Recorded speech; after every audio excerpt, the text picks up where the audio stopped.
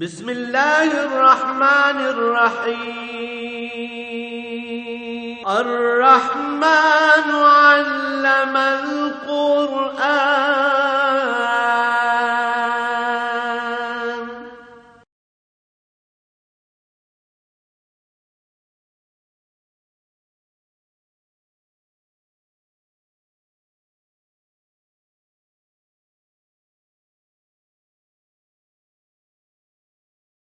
الحمدللہ رب العالمین والصلاة والسلام علی حبیبہ محمد وآلہ وصحبہ اجمعین۔ اعوذ باللہ من الشیطان الرجیم، بسم اللہ الرحمن الرحیم۔ ربما یود الذین کفروا لو کانوا مسلمین۔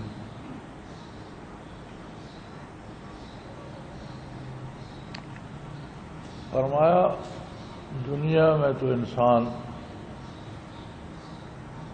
مادی لذتوں میں کھو جاتا ہے،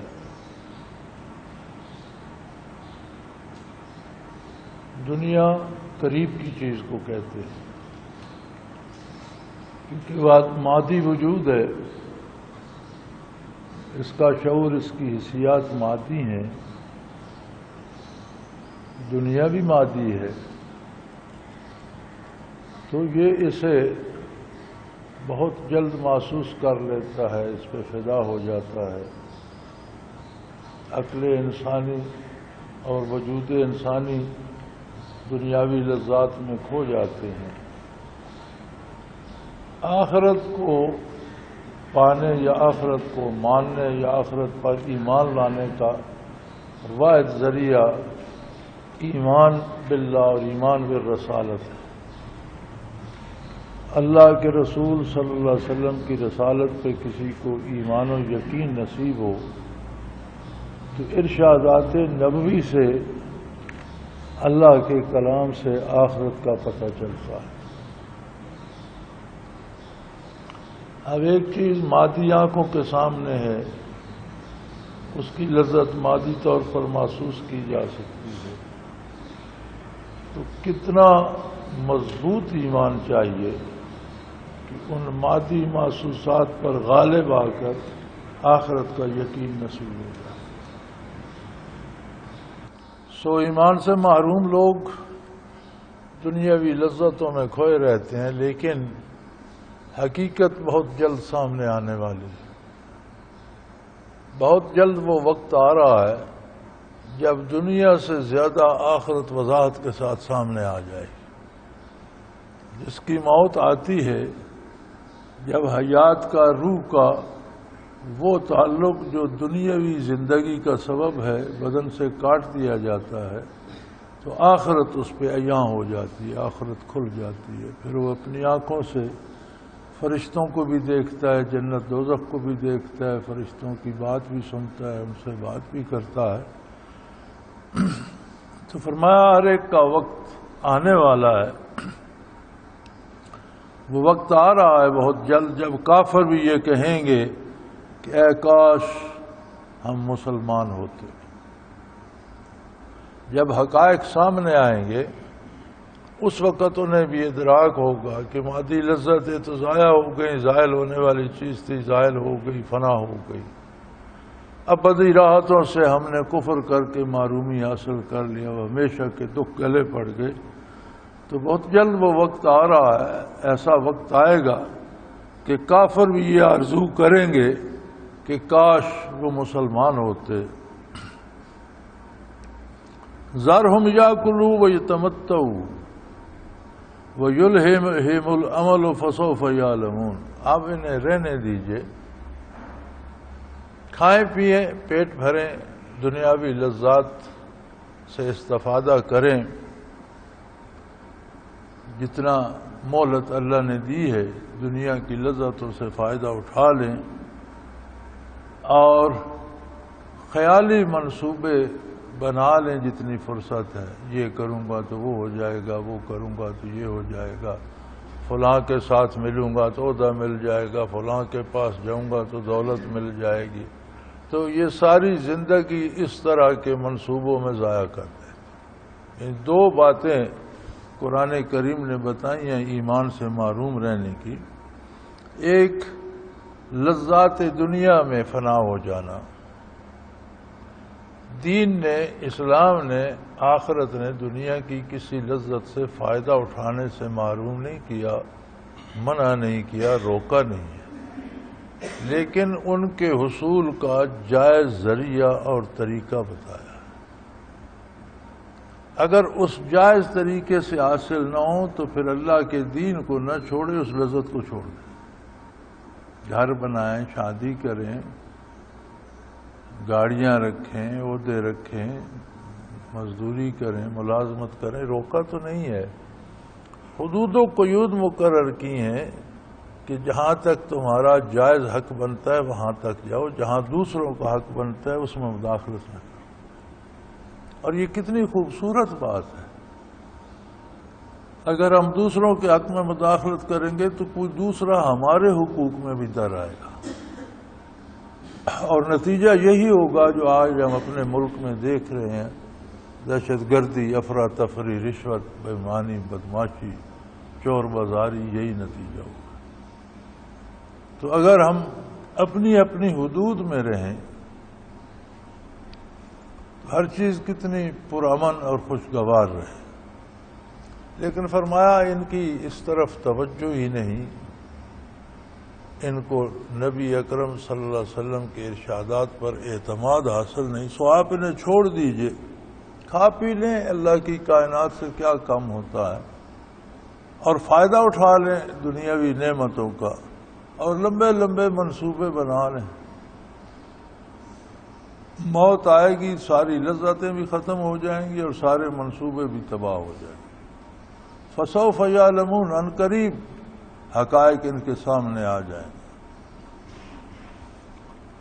چونکہ انسان کو دنیا میں جب اللہ نے اختیار دیا ہے کہ وہ اچھائی کو چن لے یا برائی کو، تو مہلت بھی دی ہے۔ اگر گناہ پر فوری گرفت ہو جائے تو پھر انتخاب تو نہ رہا، پھر تو زبردستی منوانے والی بات ہوئی کہ ادھر آؤ گے تو مارے جاؤ گے، اسی راستے پر جاؤ۔ اگر اللہ نے انسان کو یہ فرصت بخشی ہے کہ وہ اپنی پسند سے اپنے لیے طرز حیات منتخب کر لے، وہ نیکی کرنا چاہتا ہے یا برائی کے راستے پہ جانا چاہتا ہے، شکر کرنا چاہتا ہے یا کفر کرنا چاہتا ہے، جو راستہ چاہتا ہے اپنی پسند سے اپنا لے، تو پھر مہلت بھی دے۔ لیکن مہلت بھی بہت تھوڑی ہے، اخروی زندگی ہمیشہ ہمیشہ کی، دنیا کی زندگی ایک چھوٹا سا وقف ہے اس کے مقابلے میں۔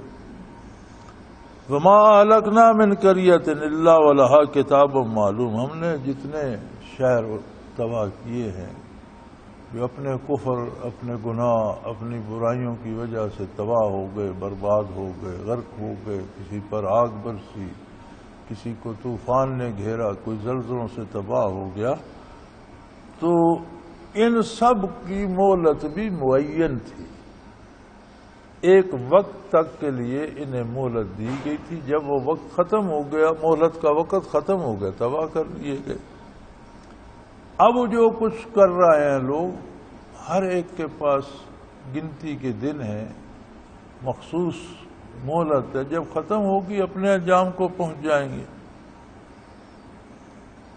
وما تسبق من امت اجلها وما یستاخرون، کوئی قوم اپنے وقت سے پہلے تباہ نہیں ہوتی، اللہ نے جتنی ان کو مہلت اور فرصت منظور فرمائی ہے اتنی مہلت دی جاتی ہے، کوئی اس سے پہلے تباہ نہیں ہوتی، لیکن کوئی اس کے خاتمے کے ایک لمحہ بعد بھی باقی نہیں رہتا۔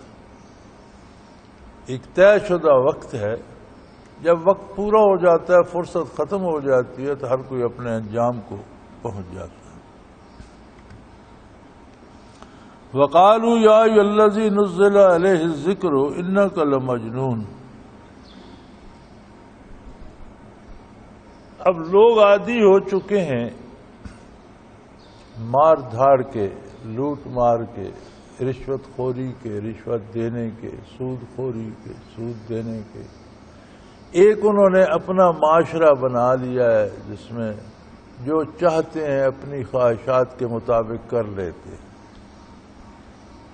اللہ کے رسول صلی اللہ علیہ وسلم نے جب ان سب چیزوں کو ضابطے میں لانا چاہا، حدود و قیود متعین فرما دی کہ یہ کام اس حد تک اس طریقے سے کیا جا سکتا ہے، اس کے خلاف نہیں کیا جا سکتا، تو بڑے پریشان ہوئے کہ یہ کیا بات ہے؟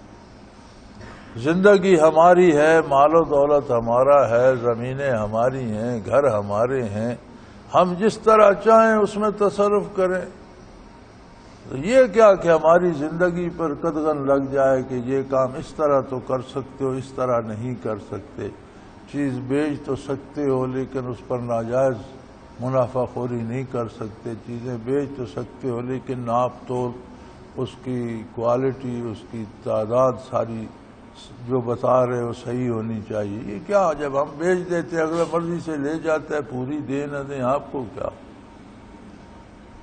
جائز طریقے سے پیسے لے سکتے ہو، وہ بھائی رشوت لیتے ہیں تو اگلے کا کام کرتے ہیں، وہ مرضی سے دے جاتا ہے، یہ بھی تو جائز ہے، ہم کوئی چھین رہے ہیں، اس پہ کیوں پابندی لگا دی؟ تو انہیں بڑا عجیب لگا دنیا داروں کو کہ بھائی چیزیں ہماری، وقت ہمارے پاس ہے، عہدہ ہمارے پاس ہے، ہم کسی کا کام کرتے ہیں وہ ہماری خدمت کرتا ہے، ہم اپنے مال پر اپنی مرضی سے خرچ نہیں کر سکتے، کمایا ہم نے ہے زکوٰۃ اللہ کے نام پر، تو یہ کیا پابندیاں ہیں؟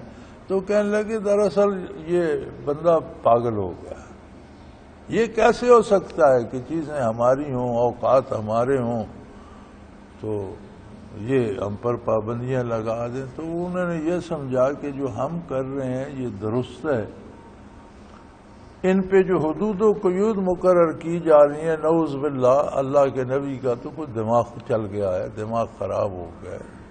تو کہنے لگے کہ ہے وہ ہستی جس پر قرآن نازل ہوا ہے، انک لمجنون، آپ تو دیوانے ہیں، پاگل ہو گئے، یہ آپ کا پاگل پن ہے کہ چیزیں ہماری، فرصت ہمارے پاس، زندگی ہماری، پابندیاں آپ لگا رہے ہیں، یہ اس طریقے سے کر سکتے ہو، اس طریقے سے نہیں کر سکتے، یہ کیا دیوانہ پن ہے؟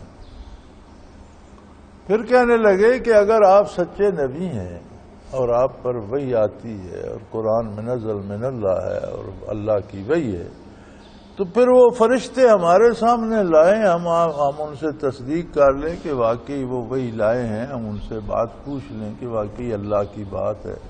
وہ صرف آپ سے ملتے ہیں اور چلے جاتے ہیں، یہ کیا بات ہے؟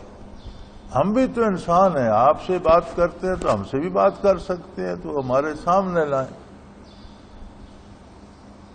اگر آپ سچے ہیں تو پھر فرشتہ جو وحی لاتا ہے، یہ دوسرے فرشتے جو آپ کے پاس آتے ہیں، تو آپ فرشتوں کو ہمارے سامنے بھی لے آئیں، ہم ان سے بات کریں، ہم ان سے تصدیق چاہیں۔ اللہ کریم نے فرمایا کہ یہ خود پاگل ہے۔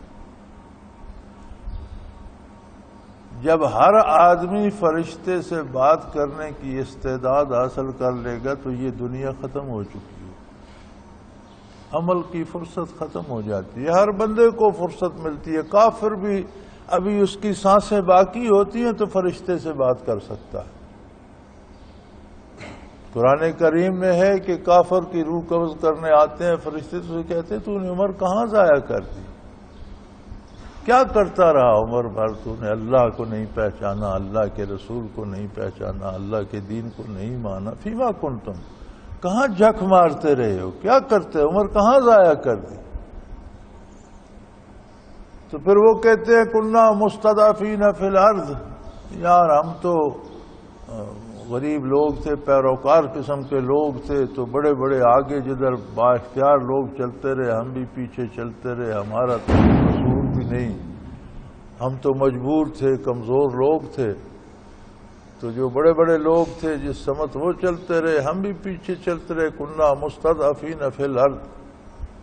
یہ ابھی وہ کافر بھی زندہ دنیاوی زندگی، سانسیں باقی ہیں، موت کے فرشتے اس سے بات کر رہے ہیں۔ قرآن کریم بتاتے ہیں وہ فرشتے کہتے ہیں الم تکن ارض اللہ واسعہ، کیا اللہ کی زمین وسیع نہیں تھی، تم یہاں بندھے ہوئے تھے؟ اب بھی تو ساری دنیا گھر بار مال دولت چھوڑ کر جا رہے ہو، جب دنیا میں تھے اور تمہارے بس میں نہیں تھا کہ ان لوگوں میں رہ کر ایمان قبول کرتے، تو جہاں ایمان قبول کرنے کی استعداد ہوتی، توفیق ہوتی، وہاں چلے جاتے۔ الم تکن ارض اللہ واسعہ، کیا اللہ کی زمین وسیع نہیں تھی؟ فتہاجروا فیہا، اس میں ہجرت کر جاتے، کہیں اور چلے جاتے جہاں دیندار لوگ ہوتے، نیک لوگ ہوتے، تم بھی جا کر دین اختیار کر لیتے۔ تم دنیا میں آخرت کمانے آئے تھے، یہ روپے جمع کرنے کے لیے نہیں آئے تھے۔ یہ مکان اور محلات جو تم بناتے رہے، یہ مقصد زندگی نہیں تھا۔ مقصد زندگی تھا آخرت کو کمانا۔ یہ تو وقتی طور پر زندگی دنیا میں گزارنے کے لیے تمہیں ٹھکانا چاہیے تھا، تمہیں غذا خوراک چاہیے تھی، اور دنیا کی لذتیں اللہ نے بنا دی، لیکن یہ مقصد نہیں تھی۔ جن لوگوں نے دنیا کی لذتوں کو، محلات کو، حکومتوں کو، اقتدار کو مقصد حیات بنا لیا اور دین کو پس پشت ڈال دیا، تو تم تباہ ہو گئے۔ تو جب فرشتے ہر ایک کو دکھائی دینے لگتے ہیں تو عمل کا وقت ختم ہو چکا ہوتا ہے، پھر تو توبہ بھی قبول نہیں ہوتی۔ ورنہ تو فرعون نے بھی جب غوطے کھائے اور اسے موت کے فرشتے نظر آئے تو اس نے کہا میں توبہ کرتا ہوں اور موسیٰ اور بنو اسرائیل کے رب کو مانتا ہوں۔ تو ارشاد ہوا الآن، اب مانتے ہو؟ قد کنت من الکافرین، جب ماننے کا وقت تھا تب کفر کرتے رہے، انکار کرتے رہے، اب ماننے کا کیا فائدہ؟ اب تو آخرت منکشف ہوگی، برزخ تمہارے سامنے آ گیا، اب تو ہر کوئی مانے گا جب برزخ سامنے آ گیا۔ تو اگر فرشتے سامنے آ جائیں گے تو عمل کی بات تو ختم ہو جائے گی، پھر فائدہ کیا ہوگا؟ ما ننزل الملائکۃ الا بالحق وما كانوا اذا منذرین، ہم فرشتے نازل جب کرتے ہیں اب وہ حق سے نازل ہوتے ہیں اور فیصلہ ہو چکا ہوتا ہے، پھر اس کے بعد دار عمل نہیں، پھر دار جزا شروع ہو جاتا ہے۔ فرمایا جب ہم فرشتے نازل کرتے ہیں تو بالکل حق کا فیصلہ نافذ ہو چکا ہوتا ہے، اس کے بعد توبہ بھی قبول نہیں ہوتی اور دار عمل کوئی عمل بھی قبول نہیں ہوتا، بات ختم ہو چکی ہوتی ہے، اور اس کے بعد کسی کو کام کرنے کی فرصت نہیں دی جاتی کہ اسے مہلت دی جائے کہ جاؤ اب تم نمازیں پڑھ لو، تمہیں 2 سال کی چھٹی ہے، تمہیں 5 سال کی فرصت ہے، اب عبادت کر لو۔ یہ نہیں ہوتا۔ جب فرشتے نظر آتے ہیں تو فیصلہ ہو چکا ہوتا ہے اور وہ نافذ ہو جاتا ہے۔ پھر یہ کیا جہالت ہے تم کہتے ہو فرشتے لے ہو، تو ہم ان سے پوچھ کر تصدیق کر، جب فرشتوں سے بات کرنی ہوگی تو تمہارا یہ عالم ختم ہو چکا ہوگا، پھر برزخ شروع ہو جائے گا، پھر تم کیا کر سکو گے؟ پھر ایک بڑی عجیب بات ارشاد فرمائی جو صرف اللہ ہی فرما سکتے ہیں، انا نحن نزلنا الذکر، یقیناً ہم نے قرآن نازل کیا، وَإِنَّا لَهُ لَحَافِظُونَ، اور ہم ہی اس کی حفاظت بھی کریں گے۔ اب یہ ایسی بات ہے کہ اس پہ 15 صدیاں گواہ ہیں، آج تک کفر کی بے پناہ کوششوں کے باوجود قرآن کریم سے کوئی ایک زیر زبر، کوئی ایک ٹنڈا، کوئی ایک نقطہ تبدیل نہیں کیا جا سکتا۔ یہ واحد کتاب ہے جو اپنے نزول سے لے کر آج تک اور انشاءاللہ العزیز قیامت تک اسی طرح قائم رہے گی، اس کے کسی لفظ کو بدلا نہیں جا سکتا۔ لوگ ترجمے میں ہیرا پھیری کرتے ہیں، لوگ تشریح میں ہیرا پھیری کرتے ہیں، لیکن ترجمہ یا تشریح، ترجمہ یا تفسیر ہے، وہ قرآن نہیں۔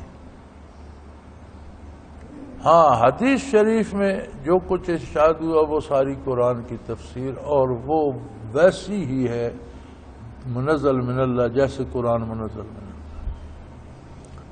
نبی صلی اللہ علیہ وسلم کا منصب ہے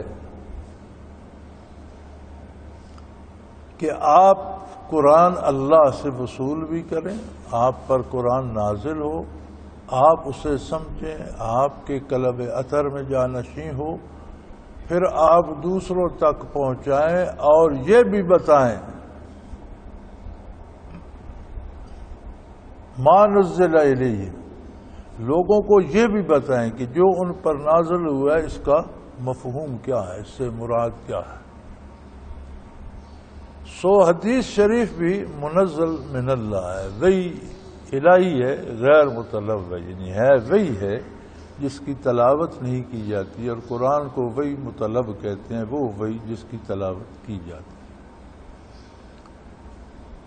پھر یہ حفاظت الہیہ قرآن کے الفاظ کو حاصل ہے، قرآن کی جو تشریح نبی کریم صلی اللہ علیہ وسلم نے فرمائی اس حدیث کو حاصل ہے۔ بہت سے لوگ تو یہ بھی کہتے ہیں کہ قرآن میں صحابہ نے تبدیلی کر دی، تحریف کر دی، اصل قرآن یہ نہیں ہے، لیکن یہ بات صرف ایک چھوٹے سے انداز سے دیکھی جائے تو بعید از قیاس لگتی ہے کہ جو قرآن بعد والوں نے گھڑ لیا وہ تو 1500 سال سے محفوظ ہے، اور جو قرآن نبی کریم پر نازل ہوا وہ اسی زمانے میں ختم ہو گیا۔ یہ کیسے ممکن؟ یعنی یہ بات ہی بعید از قیاس ہے، بعید از عقل ہے، یہ قابل قبول ہی نہیں کہ نبی صلی اللہ علیہ وسلم پر جو قرآن نازل ہوا وہ تو اسی وقت تبدیل کر دیا گیا، اور جو لوگوں نے گھڑ کے بنایا اسے 1500 سال میں کوئی تبدیل نہیں کر سکا۔ یہ کیسی، یہ کوئی ماننے والی بات ہے؟ یہ تو عقل میں آنے والی بات ہی نہیں۔ کچھ لوگوں کو حدیث پہ اعتراض ہے، یہ حدیثیں بعد میں گھڑی گئیں، حدیثیں بعد میں 4 صدی ہجری میں حدیث کی کتابیں لکھی گئیں، یہ ہوا وہ ہوا۔ تب سے لے کر آج تک بے پناہ حدیثیں گھڑی گئیں، جھوٹی حدیثیں بنائی گئیں، اپنی طرف سے باتیں گھڑ کے حدیث کے نام پر مشہور کی گئیں، اور اب تک کی جا رہی ہیں۔ لیکن اس سے کیا اصل حدیث پاک کا کوئی نقصان ہوا؟ ہرگز نہیں۔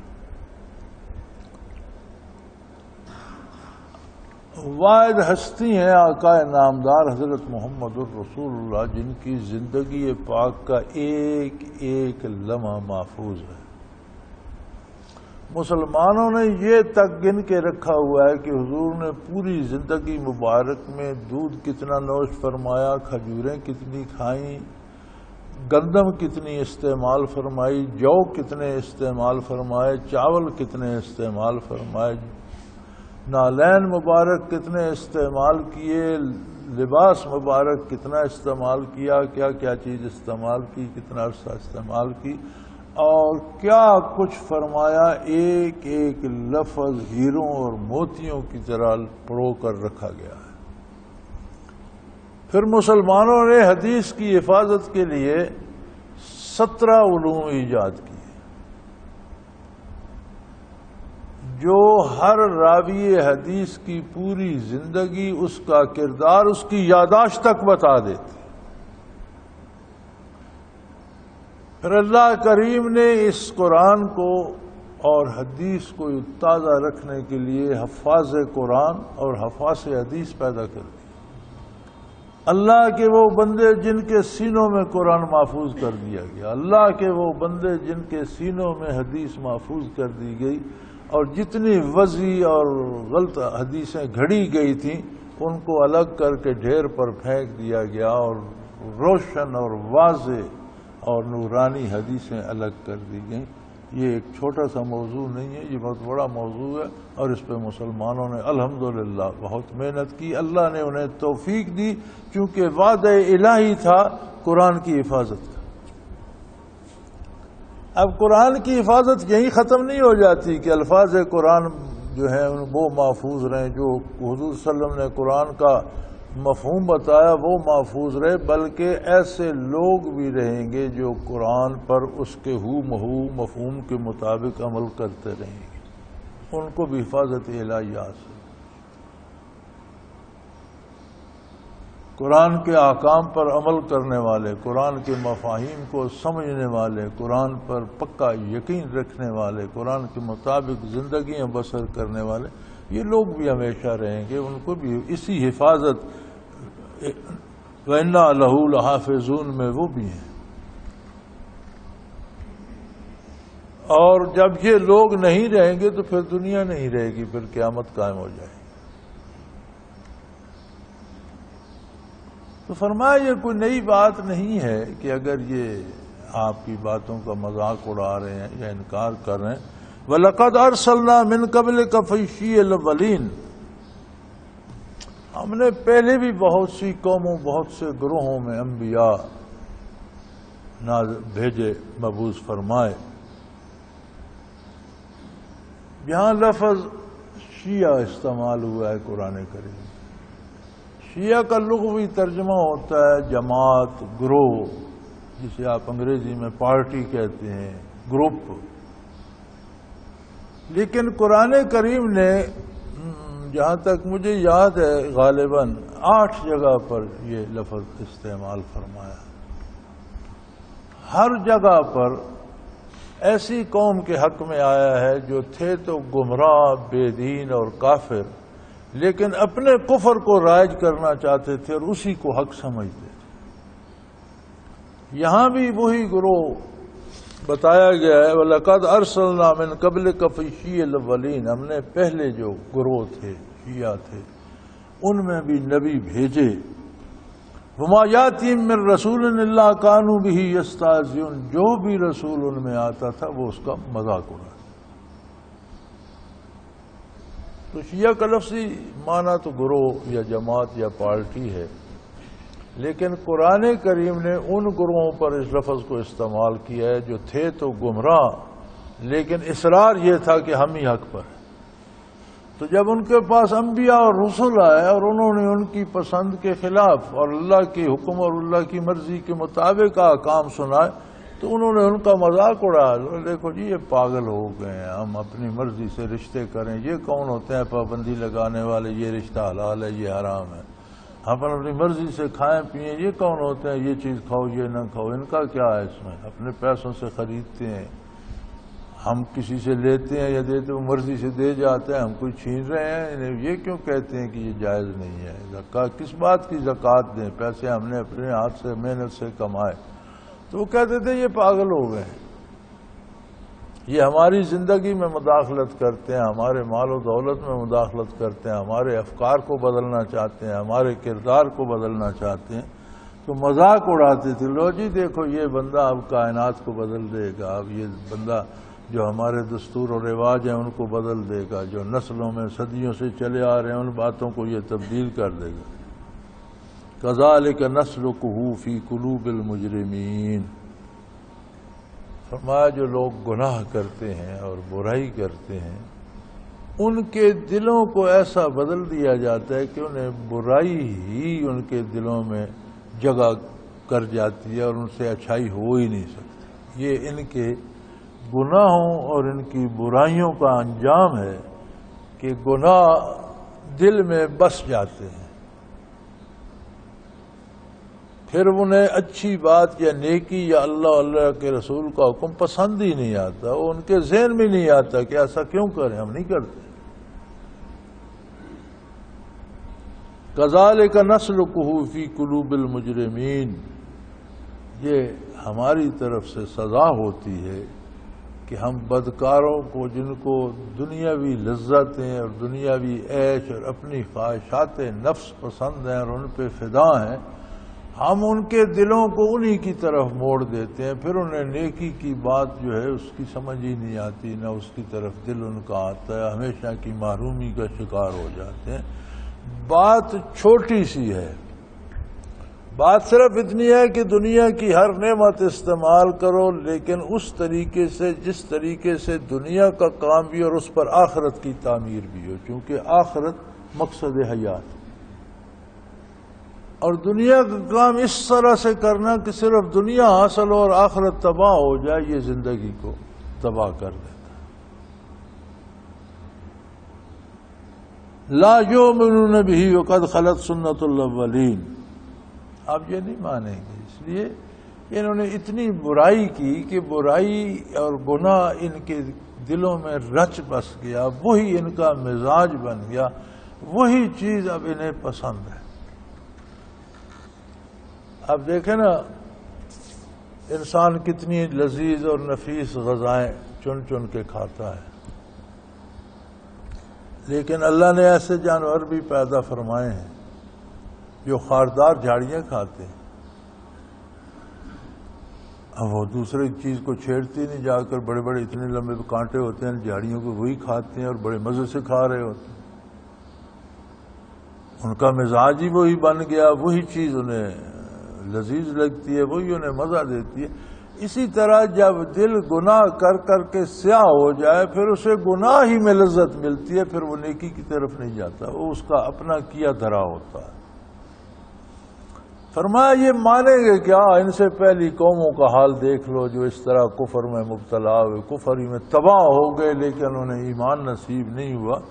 اور یہ تو ایسے لوگ ہیں لو فتحنا علیہم بابا من السماء فظلوا فیہ یعرجون، اگر ان کے لیے ہم آسمان کا کوئی دروازہ کھول بھی دیں اور زمین سے آسمان تک سیڑھی لگا دیں اور یہ آزادانہ اس میں آتے جاتے رہیں، آسمانوں پہ چڑھ جائیں، زمین پہ آ جائیں، تو بھی یہ کہیں گے لَقَالُوا إِنَّمَا سُكِّرَتْ أَبْصَارُنَا بَلْ نَحْنُ قَوْمٌ مَسْحُورُونَ، یہ ہماری کوئی نظر بندی کر دی گئی ہے یا ہم پر جادو کر دیا گیا۔ یہ کیسے ہو سکتا ہے کہ ہم آسمان پر چڑھ جائیں، آسمان سے نیچے آئے؟ یہ ممکن نہیں ہے، یہ ہم پر کوئی جادو کر دیا گیا، ہمیں ایسا نظر آتا ہے، ایسا ہے نہیں۔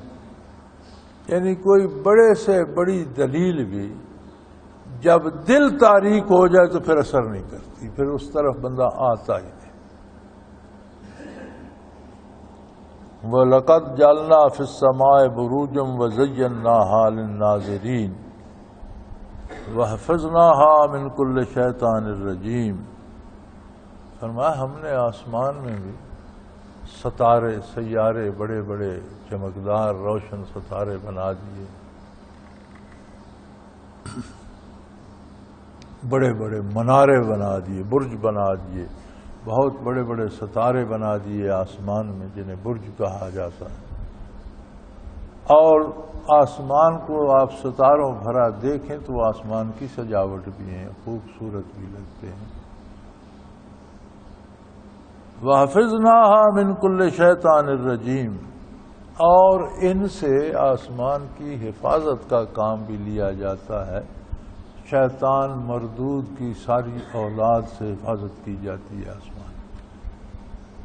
ہوتا یہ تھا کہ نبی صلی اللہ علیہ وسلم کی بعثت سے پہلے جب شیطان مردود ہو کر نکالا گیا تو حضور کی بعثت تک آسمانوں میں داخل تو نہیں ہو سکتا تھا، لیکن یہ اور اس کی اولاد آسمان کے قریب چلے جاتے تھے جہاں سے فرشتوں کی باتیں سنائی دیتی تھیں۔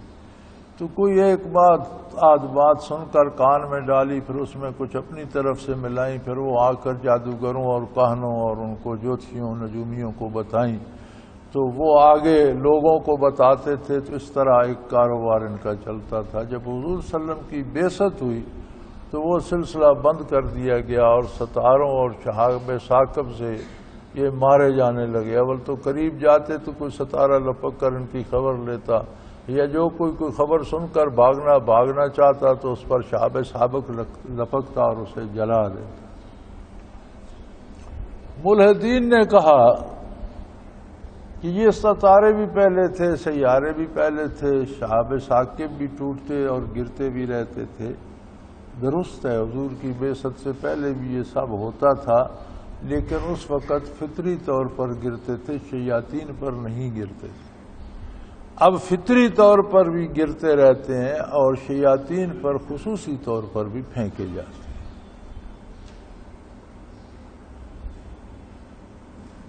الا من استرق السمع فاتبعه شهاب مبین، اب اگر کوئی شیطان یا اس کا کوئی چیلا کوئی چھوٹی سی بات بھی سن لے، چرا لے، تو فوراً اس پہ شہاب ثاقب لپکتا ہے اور اسے جلا کر رخ کر دیتا ہے۔ وَالْأَرْضَ مَدَدْنَاهَا، اور یہ نہیں دیکھتے کہ ہم نے زمین کو کھینچ کر برابر کر دیا ہے۔ یہ بڑی عجیب بات ہے۔ ساری دنیا کی سائنس یہ جانتی ہے، پرائمری کے طالب علم یہ جانتے ہیں کہ زمین گول ہے، بیضوی شکل کی ہے، انڈے کی شکل ہے زمین کی، جس طرح بیضا ہو۔ تو یار یہ بیضوی تو ہے، لیکن آپ جہاں جائیں وہیں سے میدان ہے، وہ کوئی طرف اوپر ہو، کوئی نیچے ہو، کوئی اس کی گولائی ہو، کہیں میدان ہو، کہیں زمین کی گولائی ہو، کہیں کوئی کنارہ ختم ہوتا ہو دوسری طرف بندہ الٹا لٹک جائے.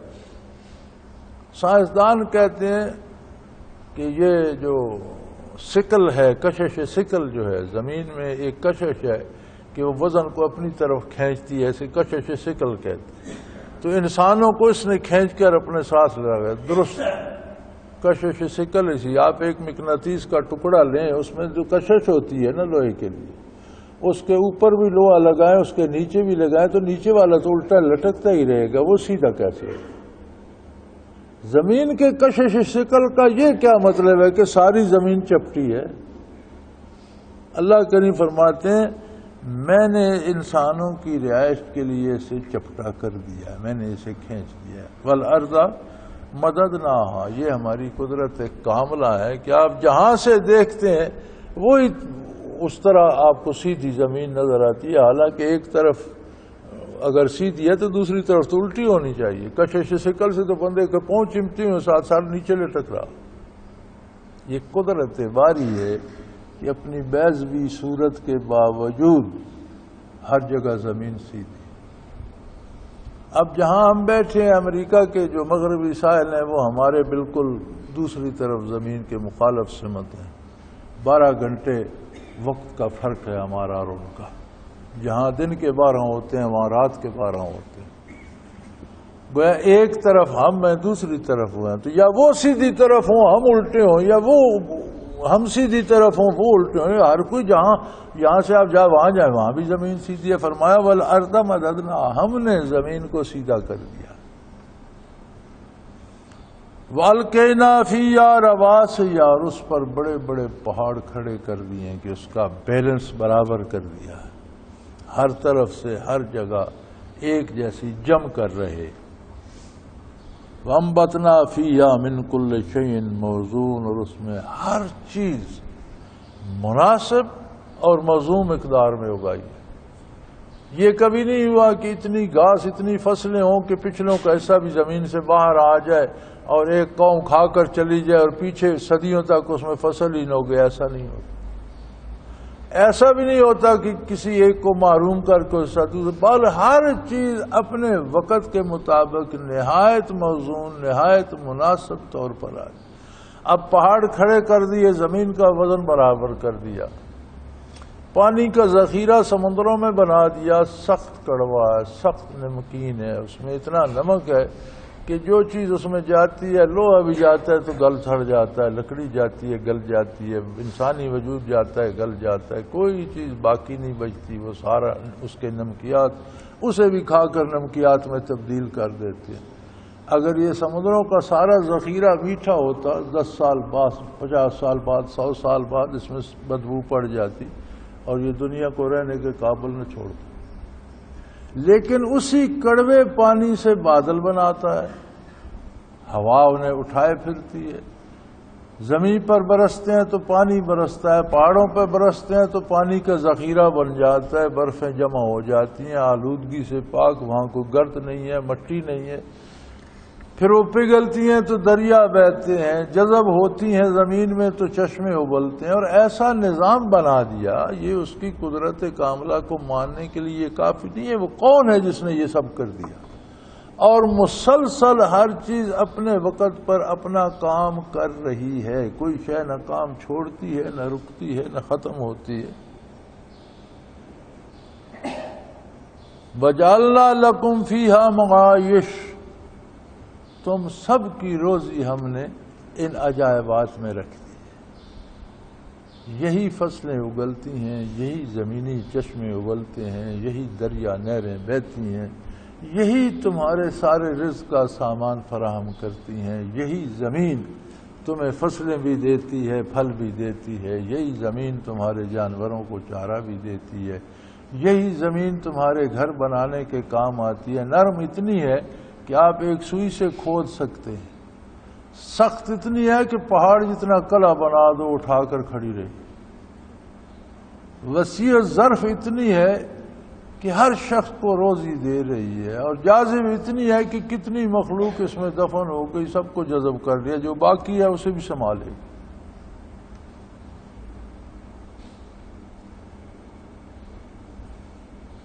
وَمَن لَّسْتُمْ لَهُ بِرَازِقِينَ، تم کسی کے رازق نہیں ہو، یہ اللہ کے خزانے ہیں، ہر متنفس کو اس کی ضرورت کے مطابق اس کی روزی پہنچا رہا ہے، اس نے خود مقرر فرمائی ہے، اور ایک ادنا چیونٹی سے لے کر بڑے سے بڑے جانور ذی روح تک جہاں کوئی ہے، گھاس کو نمی، درختوں کو پانی، تراوت، کھیتوں کو، سبزیوں کو، پھلوں کو، ہر چیز کو جو چیز چاہیے وہ اس کی ضرورتیں فراہم کر رہا ہے، انسان کے لیے ساری نعمتیں مقرر کر دی ہیں اور اسے پہنچا رہا ہے۔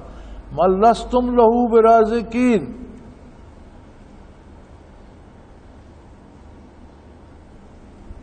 اللہ کریم نے تمہارے لیے سارے رزق کے سامان مہیا فرما دیے۔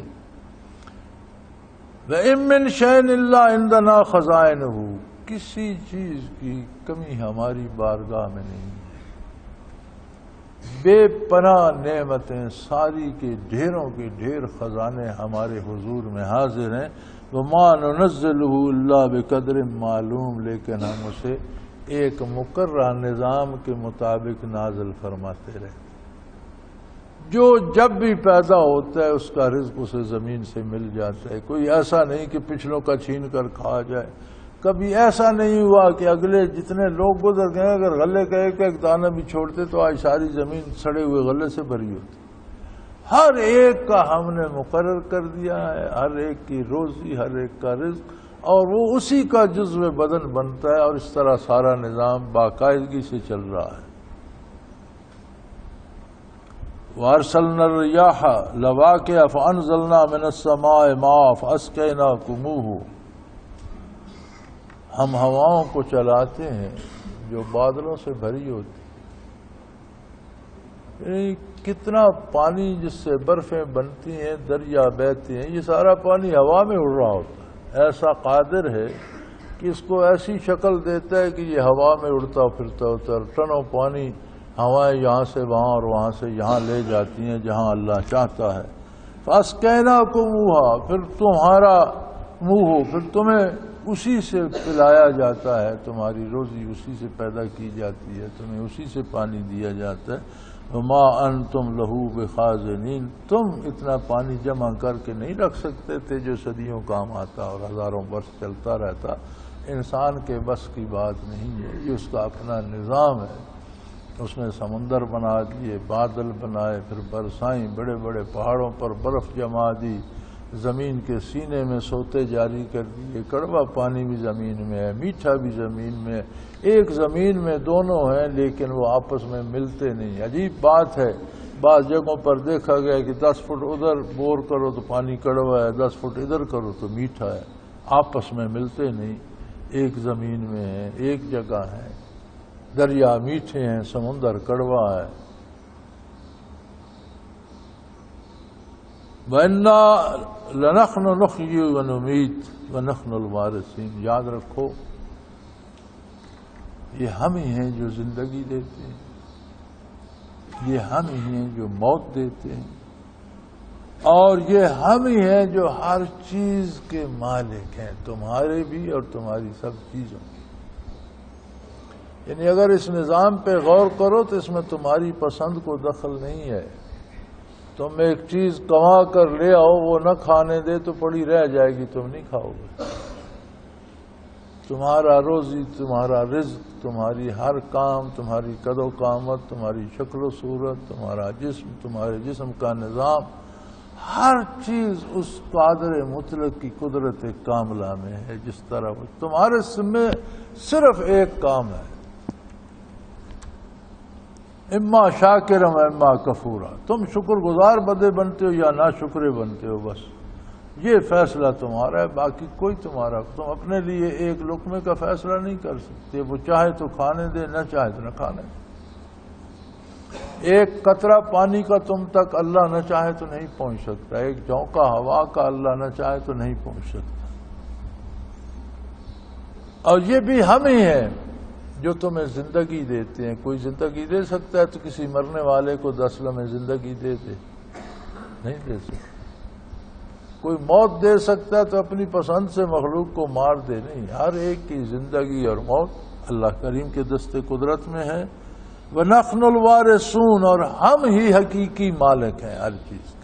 تمہارے پاس وقتی طور پر چند دنوں کے لیے، چند لمحوں کے لیے، چند سالوں کے لیے حقیقی مالک اللہ کریم ہے.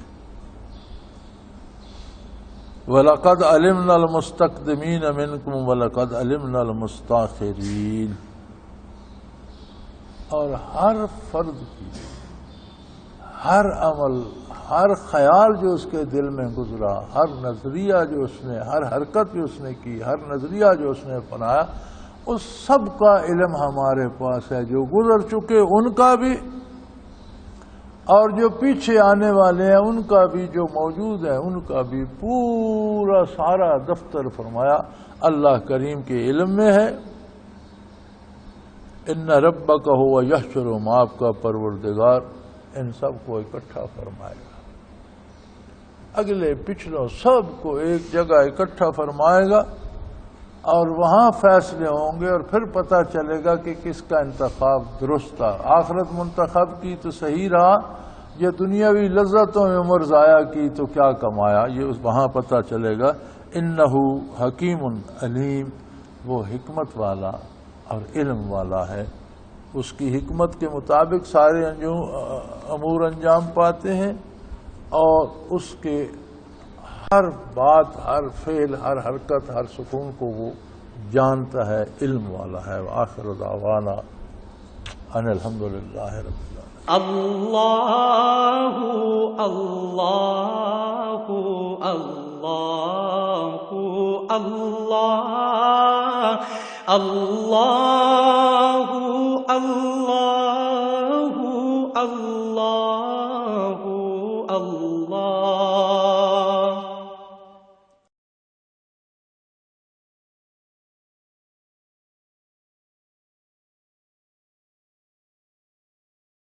سال سے قرآن و حدیث کے اوپر خطابات کر رہے ہیں اور سلسلہ نقشبندیہ اویسیہ کے مطابق لوگوں کو ذکر الہی کی تربیت دے رہے ہیں. وہ قرآن پاک کی تفسیر ترتیب وار بیان کر رہے ہیں. تفسیر قرآن کو وہ موجودہ ملکی اور بین الاقوامی حالات کے مطابق بیان کرتے ہیں. موٹر وے سے کلر کہار کے انٹرچینج سے نکلتے ہوئے، کلر کہار کی جھیل سے ہوتے ہوئے، میانی، بوچھال اور نور پور سے گزرتے ہوئے دارالعرفان منارہ پہنچ سکتے ہیں. حضرت امیر محمد اکرم آوان نے بچیوں اور بچوں کی دینی اور دنیاوی تعلیم کے لیے سقارہ اکیڈمی کے نام سے ایک درسگاہ بھی قائم کی ہے، جس کا افتتاح ملک پاکستان کے صدر جنرل محمد ضیاء الحق نے اپنے دست مبارک سے کیا تھا.